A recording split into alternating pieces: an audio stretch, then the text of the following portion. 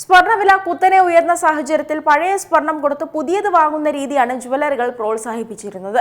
ദിവസേന വില ഉയരുമ്പോൾ ഉപഭോക്താക്കൾ സ്വർണം വിറ്റ് പണം വാങ്ങുന്നത് പതിവായതോടെയാണ് പണം നൽകുന്നതിന് പകരം സ്വർണം തന്നെ മാറ്റിവാങ്ങുന്ന രീതി ജുവലറികൾ പ്രോത്സാഹിപ്പിച്ചത്. എന്നാൽ ഉത്സവ സീസണിന് മുന്നോടിയായി ഇത് കച്ചവടത്തെയും ലാഭത്തെയും ബാധിച്ചതോടെയാണ് പഴയ സ്വർണത്തിന് പകരം പണം നൽകുന്ന പദ്ധതികൾ വീണ്ടും ജുവലറികൾ അവതരിപ്പിച്ചിരിക്കുന്നത്. പുതിയ സ്വർണം വാങ്ങാൻ ആളുകൾ മടിക്കുന്നതാണ് ഇത്തരമൊരു നീക്കത്തിലേക്ക് ജുവലറികളെ എത്തിച്ചിരിക്കുന്നത്. എക്സ്ചേഞ്ച് ഓഫർ സ്കീമുകൾക്ക് പകരം പണം ലഭിക്കുന്നത് ആളുകളെ കൂടുതലായി പഴയ സ്വർണം വിൽക്കാൻ പ്രേരിപ്പിക്കുന്നുണ്ടെന്ന് ജുവലറികൾ പറയുന്നു. വിപണി വിലയേക്കാൾ കുറച്ചാണ് ഉപഭോക്താക്കളിൽ നിന്നും ജുവലറികൾ സ്വർണം വാങ്ങുന്നത്. അതുകൊണ്ട് തന്നെ കമ്പനിയുടെ ലാഭവിഹിതം കൂടുന്നുണ്ടെന്നും ജുവലറി ഉടമകൾ പറയുന്നു.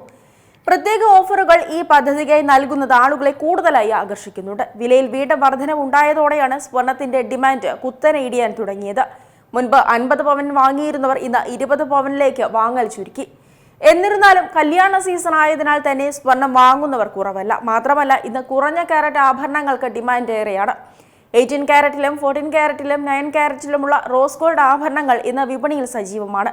എന്നിരുന്നാലും വിവാഹ പർച്ചേസിനെത്തുന്നവർ കുറഞ്ഞ അളവിലാണെങ്കിലും 22 കാരറ്റ് ആഭരണങ്ങൾ തന്നെയാണ് തിരഞ്ഞെടുക്കുന്നതെന്നും ജ്വല്ലറി വ്യാപാരികൾ പറയുന്നു. വിവാഹത്തിന് സ്വർണത്തെ നിക്ഷേപ താൽപര്യത്തോടെ മലയാളികൾ കാണുന്നതിനാലാണിത്. ഈ വിഭാഗത്തിൽ പണിക്കൂലി കുറഞ്ഞ ആഭരണങ്ങളാണ് കൂടുതലായും ആളുകൾ തിരഞ്ഞെടുക്കുന്നത്. അതേസമയം രാജ്യത്ത് വീണ്ടും സ്വർണ്ണവിലയിൽ വൻ കുതിപ്പാണ് രേഖപ്പെടുത്തുന്നത്. 24 കാരറ്റ് സ്വർണം 10 ഗ്രാമിന് 1,60,480 രൂപയിലാണ് നിലവിൽ വ്യാപാരം പുരോഗമിക്കുന്നത്. ഈ വർഷം ജനുവരി 1-ന് ഇത് 1,35,000 രൂപയായിരുന്നു. വില ഇനിയും ഉയരാൻ തന്നെയാണ് സാധ്യതയെന്നും വിപണി വിദഗ്ധർ ചൂണ്ടിക്കാട്ടുന്നു. ഏറ്റവും പുതിയ വാർത്തകളും വിശേഷങ്ങളും വിരൽ തുമ്പിലറിയാൻ സീ മലയാളം ന്യൂസ് എല്ലാ ഡിജിറ്റൽ പ്ലാറ്റ്ഫോമുകളിലും ലഭ്യം.